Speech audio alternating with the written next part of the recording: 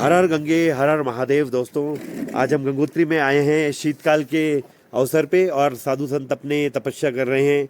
ऐसे ही अभी हम आए हैं, माता जी जानवी माता जी हैं जो कि शीतकाल में यहाँ रह रही हैं। -10 -20 डिग्री भी हो जाता है, फिर भी अपनी साधना उनके चल ही रही है। अभी आप देख सकते हैं, जबकि बर्फ़ भी नहीं पड़ी है, लेकिन फिर भी इतना वो है, नीचे पूरा बर्फ़ पड़ा है। लेकिन अभी तो मौसम थोड़ा साफ़ है यहाँ पर। और माता जी के हम दर्शन करते हैं। माता जी हरिओम, नमो नारायण। माता जी, सबसे पहले तो यही पूछना चाहेंगे, आप इतने शीतकाल में इतने -10 -20 डिग्री हो जाता है, तो किस तरह अपनी साधना यहाँ पर आप कर रहे हैं? कैसे आपका मनोबल है कि जो यहाँ पे साधना हो पाती है? ये एक हम तो गायत्री परिवार से बचपन से है, जी माता जी। गायत्री साधना करते हैं। और शांति कुंज हरिद्वार आप जानते हैं, वहीं से हम जी जुड़े हैं।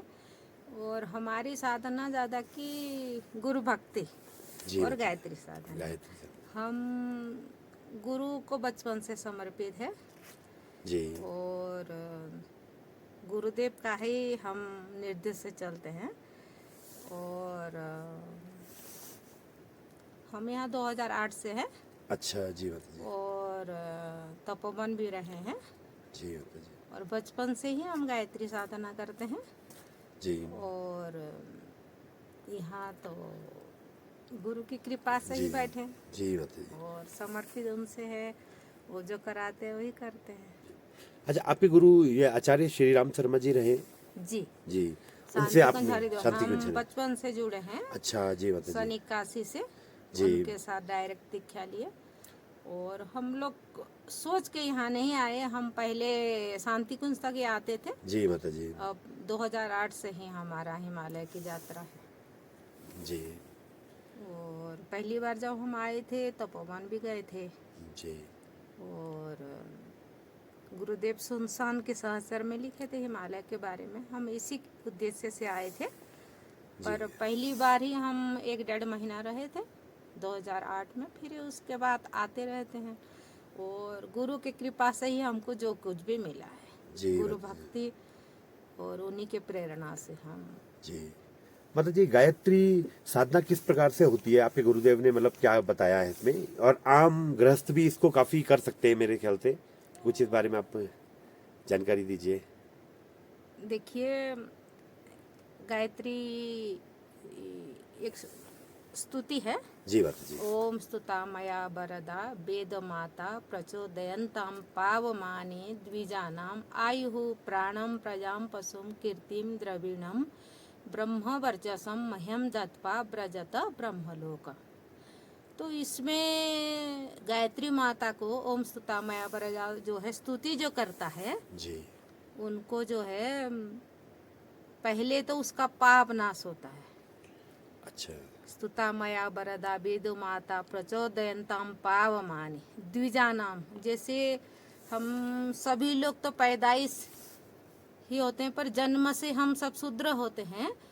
फिर गुरु के दीक्षा से हम द्विजत्व को प्राप्त करते हैं, तो इसीलिए ब्राह्मण जो कहलाते हैं, तो फिर द्विजत्व प्राप्त होता है।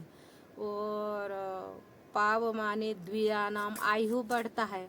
जी फिर हमें ये हमारा खुद का अनुभूति है, जी हम उड़ीसा में हमारा आश्रम है, जी माता तो सब कुछ प्राप्त होता है। जैसे पशुधन है, हमारा गौशाला है, प्रत्येक द्रव्य मिलता है। और जैसे लोकप्रियता बढ़ती है। जी और अंत में आपको सब कुछ मिलेगा और ब्रह्मलोक को जैसे प्राप्त होता है जी अंतिम है। अंतिम। और गायत्री मंत्र का अर्थ है जी माता कि जी। इसमें और सारे देव देवता को धन संपत्ति कुछ भी, इनमें जो है गायत्री माता को सद्बुद्धि मांगा गया है। जी और हर व्यक्ति को सद्बुद्धि की जरूरी होता है। जैसे मान लीजिए कोई सुंदर सा बच्चा है जी और शरीर से अस्वस्थ है और उसके पास धन भी है, सब कुछ है, लेकिन इनका किसी का बुद्धि जो ठीक नहीं है, तो फिर वो आगे कुछ भी नहीं कर कुछ भी नहीं सकता। कर तो सकता। गायत्री माता को जो है विद्या धन कुछ नहीं मंगा गया है, सद्बुद्धि मंगा गया है।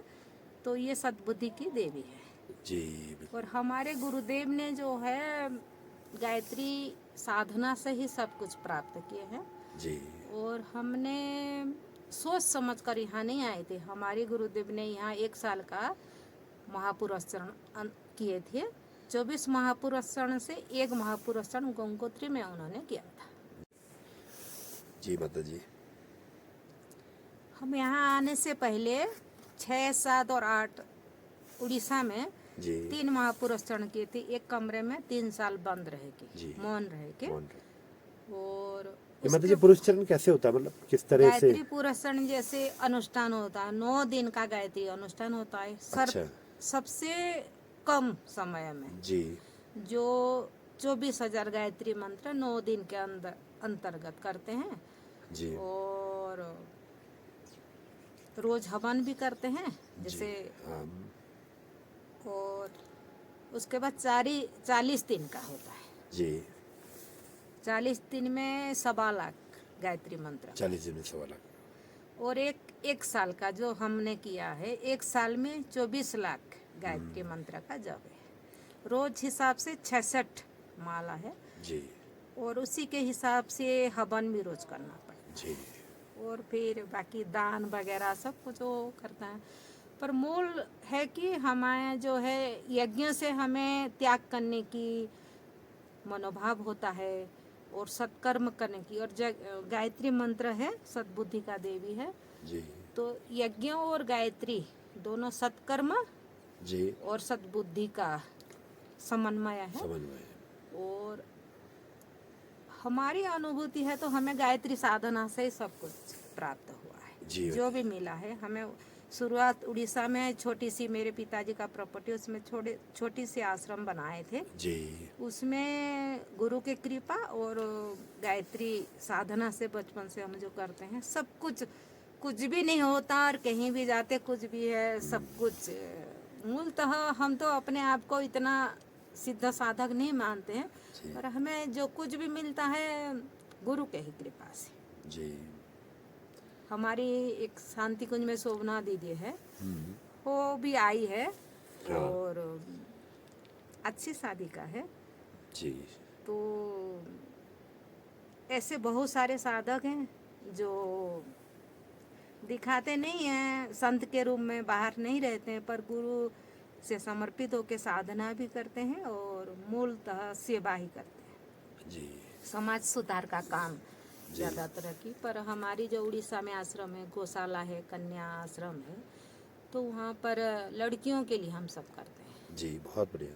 मैं यहाँ आने से पहले सिलाई टीचर थी और बहुत सारे लड़कियों को अपने जीवन में स्वावलंबी जी बनाई। माता जी, आपके आश्रम में भी देखा मैंने, अभी भी सिलाई मशीन है आपके पास? हाँ। इस तरह। और जी थोड़ा बहुत अपने, और अभी भी हम स्वयं, बचपन से हम अपना काम स्वयं करते हैं। अच्छा, आप सिलाई का सिखाते थे लोगों को? हाँ। जी माता जी। सिलाई हाँ। उड़ीसा में जो आश्रम है, सिलाई का फ्री निःशुल्क सिखाते हैं। जी। हर्बल शैम्पू हम लोग सिखाते हैं। बहुत बढ़िया है। मसाज तेल सिखाते हैं, जी। अगरबत्ती सिखाते हैं। ताकि वो स्वावलंबी बन पाए। हाँ, और बहुत जैसे अच्छा। लिक्विड सोप वगैरह, फिनाइल जी और नील, ये सब हमने वहाँ उड़ीसा में अभी भी सिखाते हैं। ये सब मैंने पहले करके यहाँ आई हूँ। बहुत बढ़िया, बहुत जैसे सुंदर। लोग साधु संत का मतलब कि पलायन पंथ है, ऐसा हमने नहीं। अपने जिंदगी भले ही शादी नहीं किया, जी पर हम ये सब करके ही आए। जी बिल्कुल जी। हमारे बहुत- पिताजी ने ही जमीन दिए थे, जी, उसी में बिल्कुल। हम आश्रम स्वयं करके हाँ इधर आए। जी। और ये हमारा कुटिया भी जो देख रहे हैं, ये गुरु का कृपा है। बहुत ही सुंदर कुटिया है माता जी का। हमने और इतने रमणीक स्थल में ये कुटिया, बर्फ में चलना भी थोड़ा मुश्किल होता है आजकल।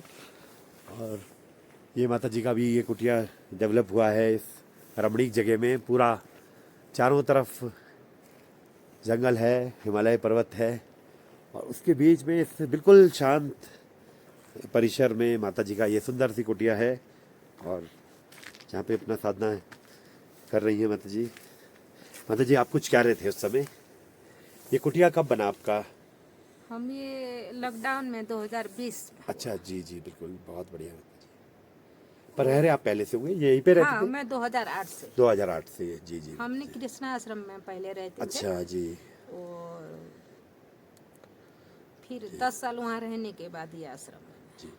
अच्छा माता जी, जैसे जो घरों में बैठे हैं आम साधक, चाहे वो महिला हो पुरुष हो, हर किसी के लिए संभव नहीं है कि वो हिमालय आ पाए या इतनी कठिन परिस्थितियों में साधना कर पाए।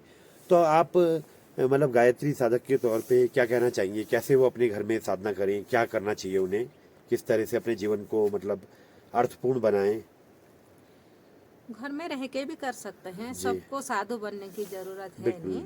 जी और जैसे लोग शांति कुंज से हम तो जुड़े हैं, उन्हीं के विचार ही कहते हैं। जी बिल्कुल। तो समयदान और अंशदान जैसे नियमित हम लोग को कुछ समय भी देना चाहिए, और समाज के लिए जो दशांश बोलते हैं महापुरुष, जी वो भी लगाना वो भी चाहिए। लगाना चाहिए। लेकिन उपासना, साधना और आराधना कहते हैं। उपासना का मतलब है भगवान के पास, जी वो आसन, भगवान के पास बैठना। मान लीजिए हम किसी मंत्री एमएलए के पास जा रहे हैं तो परमिशन मांगते हैं, लेकिन उनके अब रिश्तेदारी बनेंगे, दोस्ती बनेंगे, तो आपको बिना परमिशन से जाना पड़ता है। तो भगवान के साथ साझेदारी, रिश्तेदार, उनके साथ पास बैठना मतलब उनके समीप बैठना। जी तो जिसके पास हम बैठते हैं उनका गुण कर्म स्वभाव हमारे पास आता है। जैसे गंगा जी के पास हम बैठते हैं तो शीतलता प्राप्त होती है, और ठंड के समय हम हीटर के पास बैठते हैं, आग के पास बैठते हैं। तो इसी तरह हम परमात्मा के पास बैठेंगे तो उनका जो गुण कर्म स्वभाव हमारे अंदर आएगा, आगे धीरे धीरे हम बढ़ेंगे। तो घर में रह के भी आप किसी भी भगवान की ही नाम ले सकते हैं, लेकिन हम गायत्री साधना करते हैं तो गायत्री के बारे में ही बोलते हैं। और हम गुरु भक्ति, आप किसी को भी गुरु व्यक्ति नहीं है, गुरु शक्ति है, चेतना है। जैसे हम बोलते हैं कि कृष्ण भगवान को भी हम जैसे गुरु ही लोग मानते हैं, है ना। जी वंदे कृष्णम जगत गुरु बोलते हैं। तो परमात्मा नाम ही, जी जैसे भगवान को हम गुरु मानते हैं तो गुरु भी भगवान है। जी तो आप किसी को भी माने, गुरु भक्ति करके, गुरु के सानिध्य में रह के आप कोई भी भगवान को माने, कोई भी साधना करें समर्पित हृदय से। और समाज का भी, हमने समाज से उत्पन्न हुए, माचिस से लेकर सुई तक हम समाज से लेते हैं, तो हम मनुष्य समाज का ऋणी है। जी तो हमारे गुरुदेव बोलते हैं इसको आराधना। जैसे हम उपासना भगवान के पास बैठे हैं, और साधना जिसको जीवन साधना कहते हैं, हमारी दोष दुर्गुण जो है, हम 1 घंटा भगवान के पास बैठते हैं तो बाकी जो है 23 घंटे अपने प्रति निरीक्षण रहना चाहिए, हम किस दिशा में जा रहे हैं। जी इसको जीवन साधना कहते हैं। साधना का मतलब दुर्गा साधना, काली साधना या वो लक्ष्मी साधना ऐसा नहीं होता। अपने आप को नियंत्रण करना, कंट्रोल करना, हमारी दोष दुष्प्रवृत्तियों को दूर करना, हम आज से रास्ते पे चलना, इसको साधना कहते हैं। और अंतिम हमारा गुरुदेव आराधना बोले हैं। आराधना का अर्थ है समाज सेवा। जी और वो किस प्रकार से होता है, हमने जैसे बोला समय और अंश, बिना समय से कुछ भी नहीं होता। समाज के लिए जैसे आप कर रहे हैं जी कि कुछ लोग उपकृत हुए हैं, आप समाज के लिए, हित के लिए ही तो ये सब कर रहे हैं ना। जी तो बिना अंश से और बिना समय से कहीं भी जाते हैं तो पैसा खर्च होता है। दूसरे का मदद किसी रूप में भी आप कर सकते हैं, किसी गरीब लोगों को। जैसे हम बचपन से ये काम किए हैं, सिलाई सिखाना हमारा जी था। बहुत बढ़िया बात। गुरु का काम हम करते थे और साथ साथ सिलाई सीखते थे। बाद में हम लोग आश्रम खोला है। जी तो आप जो है समाज सेवा जरूर करना चाहिए। जी और बहुत अच्छा आजकल तो संदेश। बहुत सारे लोग कर भी रहे जी। हैं। अपने साथ साथ हम अपने परिवार को और समाज को, हमारे गुरुदेव बोलते हैं कि व्यक्ति निर्माण, परिवार निर्माण और समाज निर्माण। पहले खुद को सुधारे, फिर परिवार को सुधारे, फिर समाज के। समझ गए। बहुत सुंदर वचन माता जी। ये हमारे गुरुदेव का है। और ये संदेश इस समय गंगोत्री हिमालय से है माता जी की तरफ से। पहले खुद को सुधार, फिर परिवार का सुधार, फिर समाज का सुधार, अपने आप ही इस तरह हो जाएगा। जी सुख बांटे दुख बटाए, और जितना कोशिश करे कि अपने आवश्यकता को कम करे जी और परिस्थिति के साथ शांति रहने का उपाय है परिस्थिति के साथ ताल मिला के बैठा के चलना। हम अपना आवश्यकता को भोगवादी जीवन बिताएंगे, बहुत खर्च में रहेंगे, तो दूसरे का सेवा हम कभी नहीं कर सकते। और हम स्वार्थी जीवन बिताएंगे तो भी दूसरे के लिए कुछ नहीं कर सकते। तो हमारी आवश्यकता को जो है कम करके दूसरे के हित में सोचें, और जैसे भी परिस्थिति जीवन में आए, हमारे साथ भी होता है जी। हर परिस्थिति में शांत रहिए, खुश रहिए। हम तो यही सीखते हैं, आनंद में रहिए। जी, बहुत सुंदर। जय गंगा माँ। जय गंगा माँ। जय श्री राम। जय श्री राम।